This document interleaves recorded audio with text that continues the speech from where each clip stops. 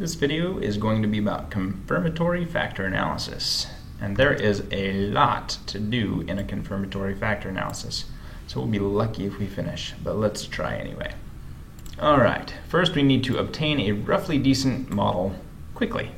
So the quickest way to do this is to grab that pattern matrix we finalized, just right click, copy, and go over to AMOS. Start up a new model, make sure your data is in there. Double click that, go get my data, hit OK. Go to plugins, and if you don't have this plugin, Pattern Matrix Model Builder, you need it. You can go to my YouTube videos and look for AMOS plugin. It's an EFA to CFA pattern matrix builder. You desperately need this. Go get it. Then you paste your pattern matrix in there. Create diagram. It's going to think for a minute. A long minute, I suppose. Wait for it. Haha, there it is. Isn't that beautiful? Ah, thing of beauty. Alright, let me name each of these. Sorry, that's kind of small. So this is useful. This is joy. This is play. This is atypical, use. Decision quality.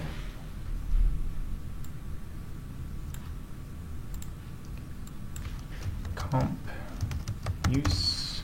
I call it comp latent because it's we captured it with a latent. Bunch of items to form a latent factor. Info ac. Okay. That's great. And now let's just set some output properties. I would like standardized estimates and modification indices. I'd really not like to look at any modification indices less than 20 to start. You know, simplify my life a little bit. Go ahead and save that. Where shall I save it? Let's go to recent places. StatWiki. There we go. Maybe create a new folder called AMOS. Okay. And this is CFA initial. I highly recommend saving multiple CFA models. Save and run and hope it runs. Yes, it ran. And we can just eyeball it if we like. Go up here. Those look really good. Those look really good. Why do they look good? Because they're over 0.7 on average. The lowest one here is 0.63, but that's fine. 0.81 is the lowest. 0.77 is the lowest. 0.70. Wow, these look really good. Now I want to look at these covariances. Anything above 0.8 is a little alarming. This is 0.72. That's pretty high, but we knew that was coming. That's decision quality to info quality. And all the rest are pretty reasonable. So let's go look at our output and go look at model fit. This should be between 1 and 3, so that's great. This should be above 0.95, so not fantastic. And this should be not significant, so that's good. And this should be less than 0.06 at the liberal threshold. 0.05 is the more conservative threshold. Modification indices. Alright, so we have some big fatties here. I'm going to start with the biggest, E8, E13. Go look at that. E8, where art thou?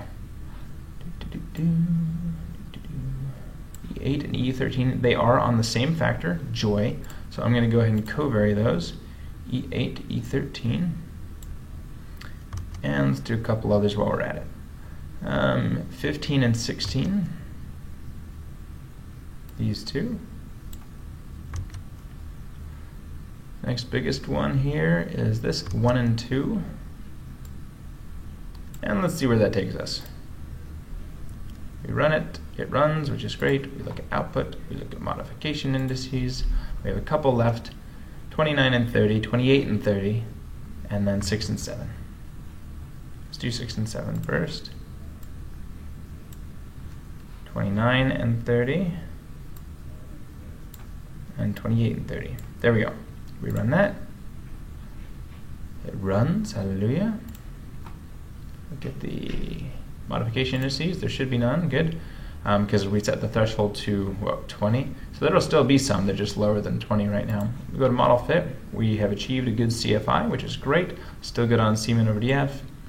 And we're fine for RMSEA. So I'm going to say this is a good initial model. It's rough, it's good, it works. So, oops, check on that.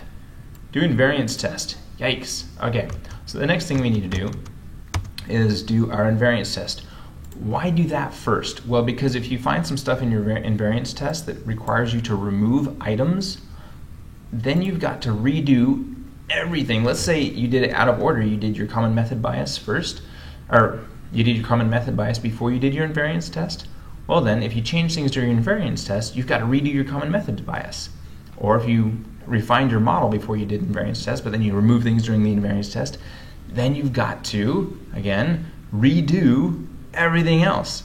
So do your invariance test first after you get a rough, good working model. To do the invariance test, you double click group number 1. I'm going to make EXP, that's for experience low, EXP high,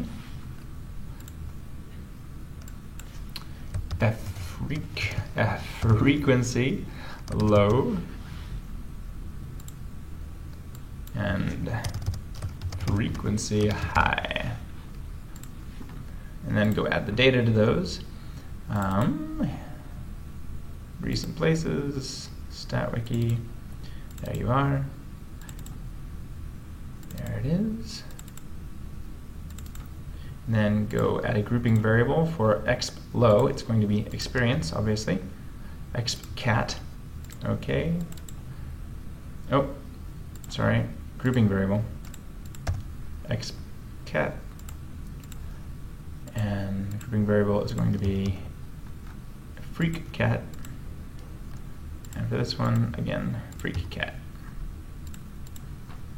All right, and then a grouping value for the top one is 1. For the second one, it's 2. Sorry, I go really fast, but it's in a YouTube video, so you can slow me down and pause me and rewind me, or the video at least.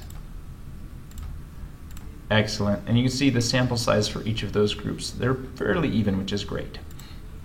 And now I'm going to, ooh, I should have saved this earlier. Oh well, file save as,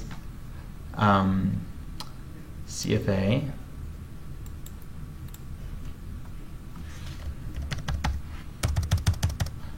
invariance. There we go. Save. You know what? I'll just add another group here, and new. Sorry. Just do all, and I'll give it all the data, and then we'll have an initial with our group. There we go, and that has all 380. Okay, save. Now what do we want to do? We want to run it. Oh, actually we want to get the critical ratios and then run it. So let's do that. Boy, that's a lot of work for this guy. Critical ratios for differences, right there. We don't need modification indices.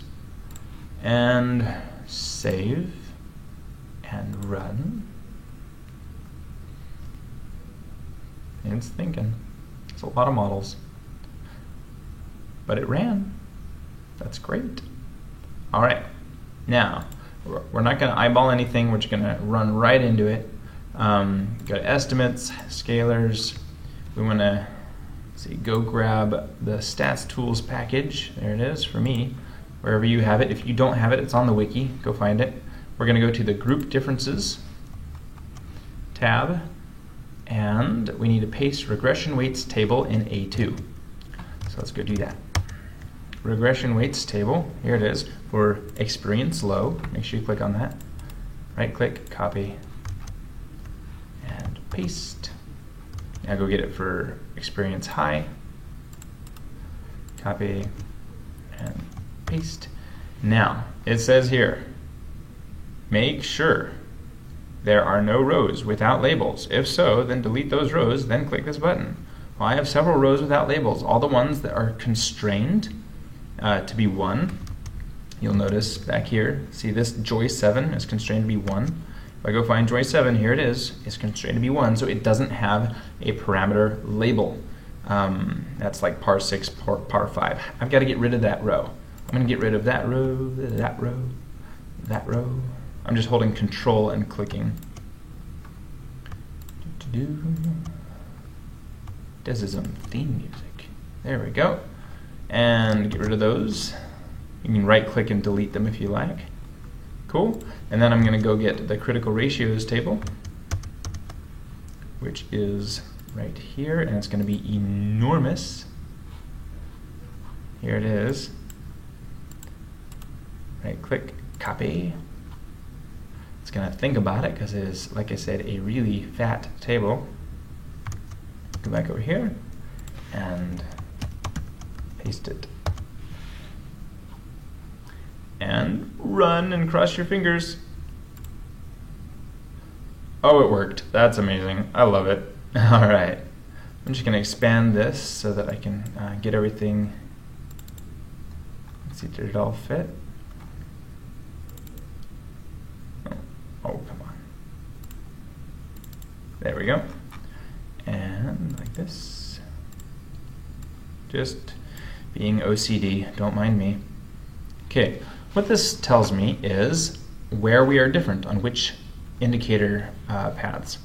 And we want to know, is there at least one indicator for each factor that is not significantly different between groups? So we'll look at factor usefulness. There's only one significantly different item. That means we're fine. If all of them were significantly different, we'd have a problem. Here's joy. Looks like we're good. The stars indicate significance. We have 2, 3, 4, or 1, 2, 3 that are not significant, so that's half of them are not significantly different. Here's playfulness. We're pretty good there. Here's decision. Oh, atypical use is good. Decision quality. Do I only have 3? Oh, yeah, right. That's good because there's only one that is significant. Comp latent. There's one that is not significant, thank goodness. And info quality. They're all not significant, so that's good. What if they were all significant? What would we do? Well, there are a few things you could do. You could see. You could. Oh, that's a tough one. Just a moment. Okay, I've thought about this, and two things you could do. First, look to see at what level they are significant. We're looking for 0.05, which is 2 stars in this case. If you have some that are significant, but they're at the 0.1 level, here it is, 1 star, that's fine. We want to look at 95% confidence. So let's say we had, here's comp latent, and let's say this one down here, this 1.49 was actually significant at the 0.1 level, 90% confidence. We'd say we're still okay because it's at 90% instead of 95%. So that's one thing. Hopefully you'll be all right with that. If not, well, then what you might need to do is go look for outliers on each of these items. Go back to the univariate outlier detection using box plots and find the outliers and remove them in order to remove those major differences. That would be probably the next best bet. All right, I hope that helped. Let's do this for the other groups. Let's see. Now we need to go grab the regression weights table for frequency low. Copy, paste, and frequency high. Copy. Get rid of those rows that are useless because they have no labels. They're not useless, they're actually detrimental. If you try to run this without removing these rows, currently my little macro is not robust enough to handle it, and it will just crash and it won't work. Okay, critical ratio is stable. Copy.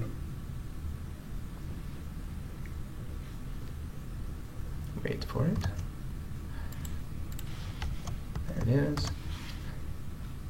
And run. Excellent, it worked. And we'll look at useful, we're good. Joy, we're good.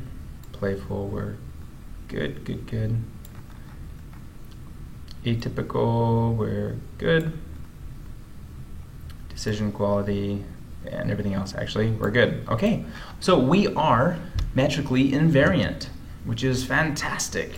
That's great. So we have passed our invariance test. Check. Where's that? Right there. Next, we need to refine the model. Actually, we don't, because we didn't have to change anything in the invariance test. So we can move straight to common method bias. Now, if you've watched my other videos and you've looked through the wiki, you know that there are multiple ways to do this. I am only going to show you one way, the common latent factor method, because most of you probably won't have captured a marker variable, a social desirability bias variable, so no point in showing you how to do that. If you want to see how to do that, watch my other videos. So here we go. Let's see, reset that, get this out of the way. Oh, the painful part. Here's what we'll do. First, let me save this.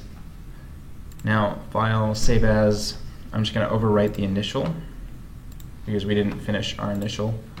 We didn't save it after making all the changes. And then I'm going to go and just get rid of all these groups. Delete. Wait, it's thinking about something. Delete. Oh, I hit close. Delete. Delete. Delete. Delete. Close. So now I just have the all left. That's great. I'm going to move this all over a little bit. Boy, it is thinking about something. It is not happy right now. And move everything to the right. Unselect. Create a common latent factor, and I'm going to make it enormous. You'll see why in a moment. Double click it. Just call this my CLF, my common latent factor. And, you know, do I need to go like this? I think. And then I start doing this really painful thing. I actually have a good friend, Russ, who is maybe programming another plugin that will do this for us. That would be fabulous.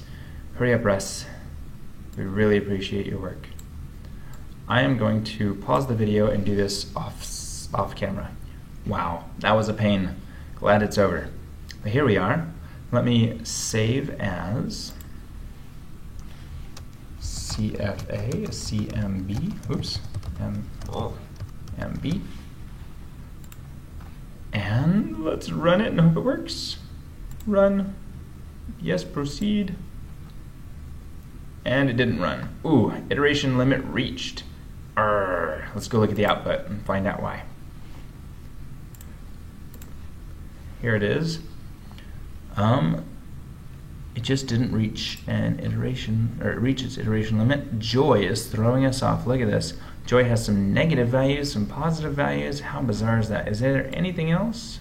No, it's just joy. And you can see the standard errors are also really weird. So look at this one. Joy 3 has the highest. Let's try moving the constraint. You would think this wouldn't do anything. It's just Amos magic here. I'm going to move this constraint off of Joy 7 and move it to Joy 3, which was the one with the highest standard error. Let's see if that works. Run it, proceed, and it ran. Look at that magic. Isn't that amazing? And all the time you spent on that. Okay, it ran beautifully, actually. Let's go look at the standardized regression weights. Here they are. Looks like Joy is still suffering a little bit. Why do I say that? Because there's some low loadings here. Everything else looks pretty good. What I'm going to do is I'm actually going to put it somewhere else. You see these really low loadings? Joy 5, Joy 6. I'm going to move it to Joy, let's say 5, because I think that was another one with a huge error on it. And see if that helps. And it sounds like I'm just playing with it, but I am. But it's just how it works. It's the algorithm. So what was it? Joy 5. 1, 2, 3, 4, 5. and run it. Last time we converged in 19 iterations. This one took 49, it didn't work. Let's go over to Joy 6 and see if that helps. Joy 6. And hopefully it'll work. Please work. Nope.